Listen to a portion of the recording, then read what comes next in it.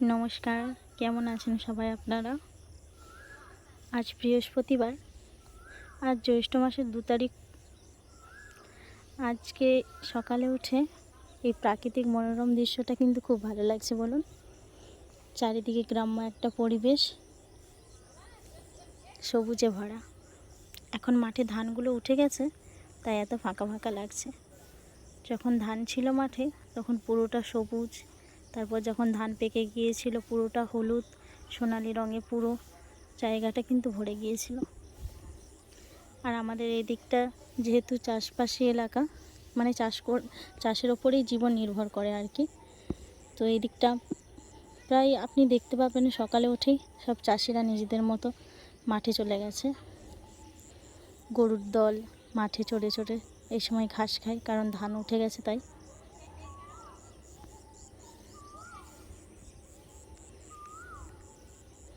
দাঁড়ান, এই গাছটার সামনে গিয়ে আপনাদেরকে দেখায়। এটা কিন্তু আমাদেরই পেয়ারা গাছ। কত কিন্তু ছোট ছোট পেয়ারা ধরেছে দেখুন।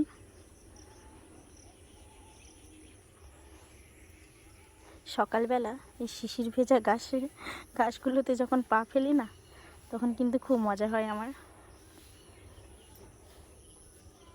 এই যে দেখছেন, এখন জ্যৈষ্ঠ মাস, সব গাছেতে প্রায় আম পেকে যাবার টাইম হয়ে গেছে, কিন্তু আমাদের কাছে এই মুকুল ধরেছে, আমও ধরেছে ছোট ছোট। এই গাছটাতে আপনাদেরকে দেখাচ্ছি দেখুন।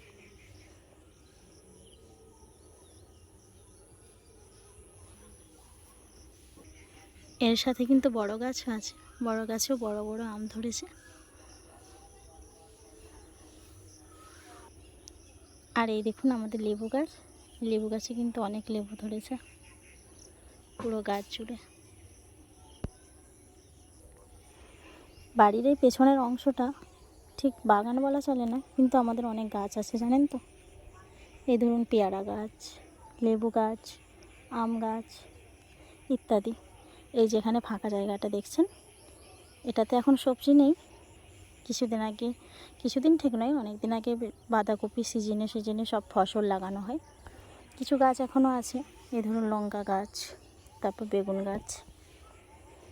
কিন্তু আবার কিছুদিন পরে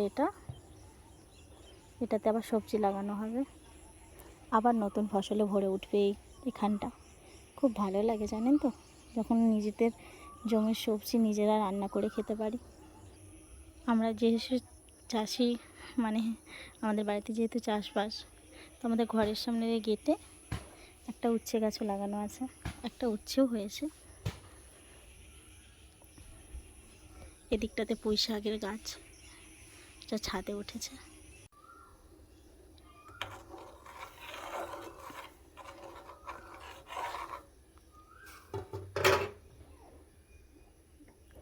কালকের মতো করে আজও কিন্তু আমি চা বসিয়ে দিয়েছি। কালকে তো দেখিয়েছিলাম কি করে চা বানিয়েছি, তাই আজ দেখালাম না।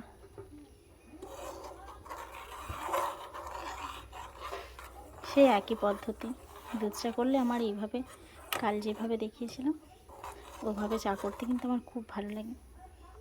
আমার যেন মনে হয় ওতে চা পাতাটা একটু কম লাগে। এখনও চা পাতা দিইনি, তাতেই দেখছেন কালারটা কেমন এসেছে।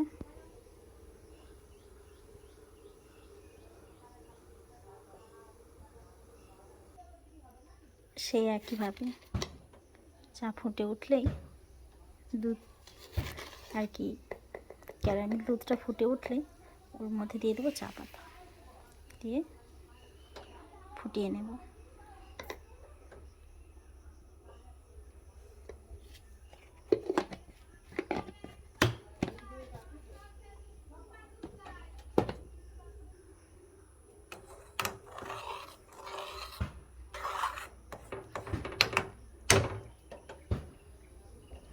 খুব সুন্দর করে চারিদিক থেকে লেগে থাকা চা পাতাগুলো দুধের মধ্যে দিয়ে ভালো করে ফুটিয়ে নেব। ব্যাস রেডি কিন্তু আমার চা। এবার কাপ প্লেটে সার্ভ করার জন্য চলুন, চা কিন্তু রেডি আমাদের। এবার চা খাওয়া যাক। আপনাদের কেমন লাগলো ভিডিওটা ভিলেজ লাইফস্টাইলে প্লিজ কমেন্ট করে জানান। যদি ভালো লাগে সবাই আমাকে একটু সাপোর্ট করে পাশে থাকুন। ধন্যবাদ ভিডিওটি দেখার জন্য।